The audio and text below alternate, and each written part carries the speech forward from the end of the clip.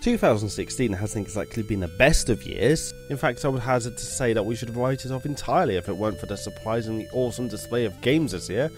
From Overwatch to Firewatch, from Dark Souls 3 to Darkest Dungeon, it's time to order what we consider to be the best games of the year into some kind of arbitrary order and wait for the hate to roll in. So without further rambling on, let's get started with number 10. Civilization 6. Of course this was going to be on the list. The day when a Civilization game comes out and it's not on the Game of the Year list is a day I do not want to see. The reason it's all the way down at number 10 though is simply because we've all been here before, all seen what's to offer, and the only real thing to look forward to is slight gameplay improvements and the odd innovation that's been snuck in. That said, Firaxis always does such a stellar job of gameplay balance and making it impossible to say no to just one more turn, that even if hardcore fans do complain about minor formula changes that are eventually corrected in the DLC, we still have to put it in the list for the ridiculous amount of life-destroying fun the game has to offer. 9. Superhot. Now this is what we need more of. Rather than yet another iterative sequel, Superhot throws its hat into the gaming ring with a tight, innovative and unexpectedly challenging experience that pretty much puts you into the Matrix. With a striking visual style, vast amounts of bullet time, and an aim to punch, shoot, dodge and chop bullets in the most awesome way you can, Superhot definitely makes it as one of the most inventive and entertaining games of the year. The problem with it is that it's just too short, and once you get the idea, there isn't really much more to keep you engaged. Not to mention the super hot repeating endlessly, but hey, at least you know Kung Fu. 8. Pokemon Go. Where the hell do I start with this game? The fact alone that it single-handedly consumed about 3 whole months of my life and has caused me to actually go outside when I didn't have to is admirable in itself. The fact that it's managed to bring my childhood rushing back to me in a way nothing has before and made Pokemon feel real is just icing on the cake. Simply using the term worldwide phenomena would be doing a disservice to the scope of popularity this game had. It's just a shame that its popularity dwindled as fast as it appeared, the fire of Pokemon Go burning bright and extinguished quickly once its initial novelty began to wane. But of course, if or indeed when trainer battling is introduced, I'll undoubtedly be flocking back to it like everybody else. So really, who am I to judge its popularity? 7. Inside. From the creators of Limbo comes essentially Limbo again, only this time it's been fleshed out enormously, injected with a dark story, fiendish puzzles, and striking 2D gameplay in a stunningly rendered 3D environment. For all its brilliance, Limbo feels merely like a proof of concept in comparison to Inside, which should be a testament in itself to the sheer quality and craftsmanship of Limbo. The only poor point is the fact that it's so low on this list, and had 2016 been even a slightly poorer year for gaming, then it would most certainly have been higher. Inside represents everything right with indie development, the love, the dedication and drive to push the envelope, and for this, Playdead, you have my applause. 6. Dishonored 2. The sequel to the game that can make stealth games fun for non-stealth fans. On this merit alone, Dishonored 2 should make it to the top 10 list, but as it stands, it also has a fantastic story with plenty of intrigue, unparalleled gameplay where the choice truly feels like yours about how you go about completing your mission, and a world that feels organic in its conception and realistic in its implementation. Rarely does a sequel manage to match its predecessor, let alone surpass it, but in many aspects, Dishonored 2 manages to do just this. It's not just an iterative sequel, but the continuation of a troubled world story and the struggles of the characters within it. Despite its level of quality, I would still warn Arcane against continuing the franchise too far to suffer the same fate as many others already have though. 5. Uncharted 4.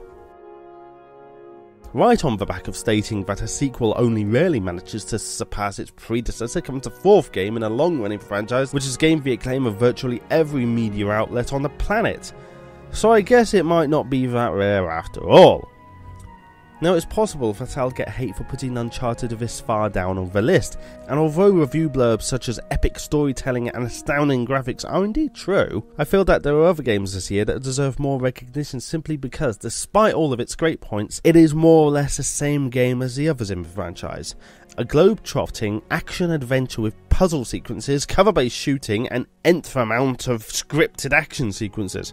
Not to say the game's bad in any way, though. If it weren't the fourth in the series, I'd sing its praises as a goddamn masterpiece. But given that we've all been here and done it before, this is the highest I'm actually willing to put it on the list. 4. The Walking Dead: A New Frontier.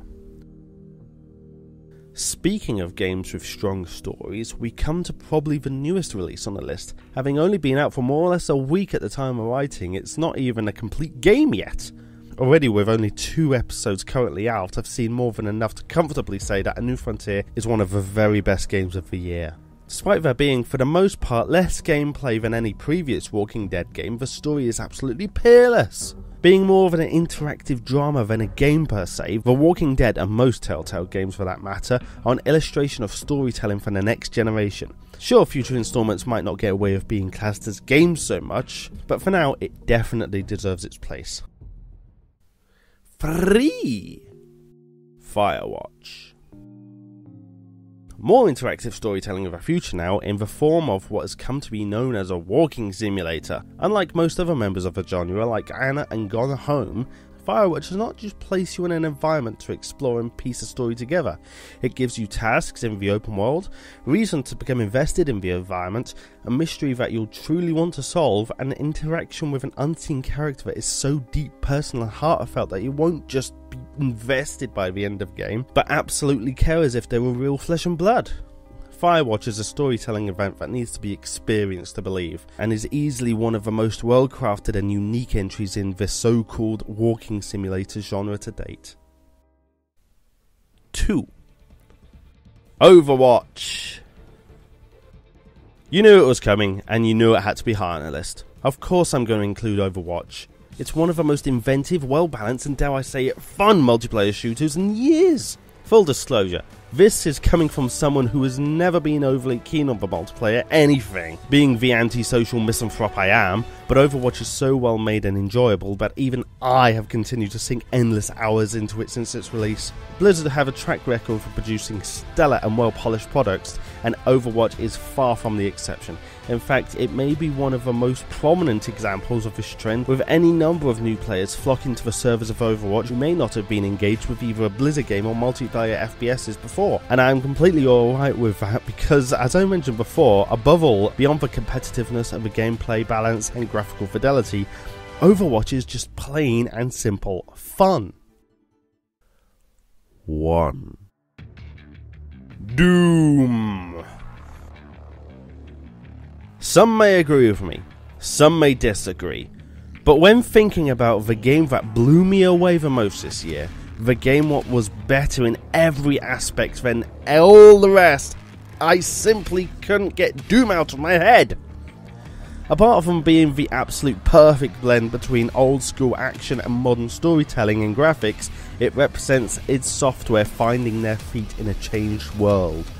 For the longest time they have tried to recapture the essence of the original Doom and Quake games, tried to imitate the modern aspects of other popular games, and ended up falling short each time. Now with Doom they have come back to basics, taken a look at what made their games fun in the first place, and as they had back in the 90s, forged their own path, creating an absolute masterpiece in the process. Doom isn't just a callback to the good old days of FPS, it's a landmark in a new era of game production, with every aspect so finely tuned, so well balanced from the extreme pitch battles to the surprisingly deep storyline to the bedwettingly fantastic soundtrack. Everything here is incredible and unforgettable, and proof that id Software may have at last retaken the coveted title as Kings of the FPS. So there you have it, what we consider to be the top 10 games of 2016. If you disagree, that's fair enough, everyone has their own subjective opinion, unless you said No Man's Sky, then you'd be wrong. Overall, the year may have been less than ideal, but at least we've had a good selection of games to take us away from the reality of the world around us. We can only hope that 2017 will be better whilst maintaining the quality of gaming we've become accustomed to. So the only thing left to say is Happy New Year to everybody from the Rational Gamers, and to everybody, very happy gaming.